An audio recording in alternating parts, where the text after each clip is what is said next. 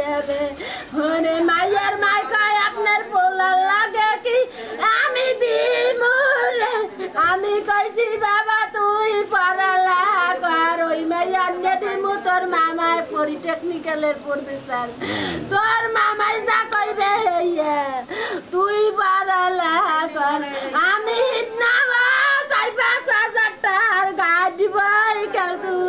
আজকে হয়েছিল কি আজকে কি আজকে কইছে মাইয়া রে বাসায় লাও রেজিস্ট্রি করবে ও পড়ালেখা মুখে বাবা হিয়া দেবে না মুইও পড়ালেখা করবো ও পড়ালেখা করবে মুখে মাইয়ের বাপ মাইটি মরে অপমান করছে তোর লাগে হেলে আজকে দেখবা নে মুই কি করি ফোন করছে যে বিপ্লব নাই, বিপ্লব গলায় দড়ি দিয়ে মারা গেছে। এইটা শুনে আমরা আসছি। আর কাহিনী তো আরো অনেক হয়েছে। ঘুমের ঔষধ খাইছে, এই গুরুদম ব্রিজ দিয়ে লাভ দিয়ে পড়ছে ওই মাইয়ার জন্য।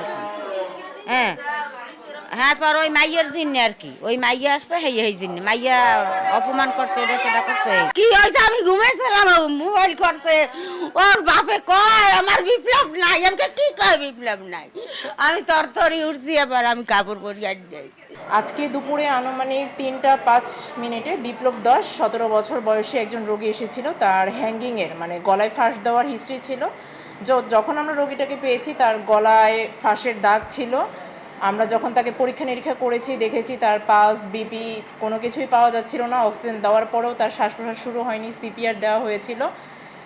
যাবতীয় চেষ্টা সব করার পরেও যখন কোনো কিছু পাচ্ছিলাম না, তো ৩টা ২০ মিনিটে আমরা যখন ইসিজি করেছি আমরা ওনাকে কোনো বাঁচাতে পারিনি, মানে ওনার মৃত অবস্থাতেই উনি আমাদের হাসপাতালে এসেছিলেন। ৩টা ২২ মিনিটে আমি ওনাকে মৃত হিসেবে ঘোষণা করেছি এবং এটা অপমৃত্যুর কেস হিসেবে স্থানীয় পুলিশ প্রশাসনে জানানো হয়েছে এবং ওনারাই বাকি বিষয়টুকু দেখছেন।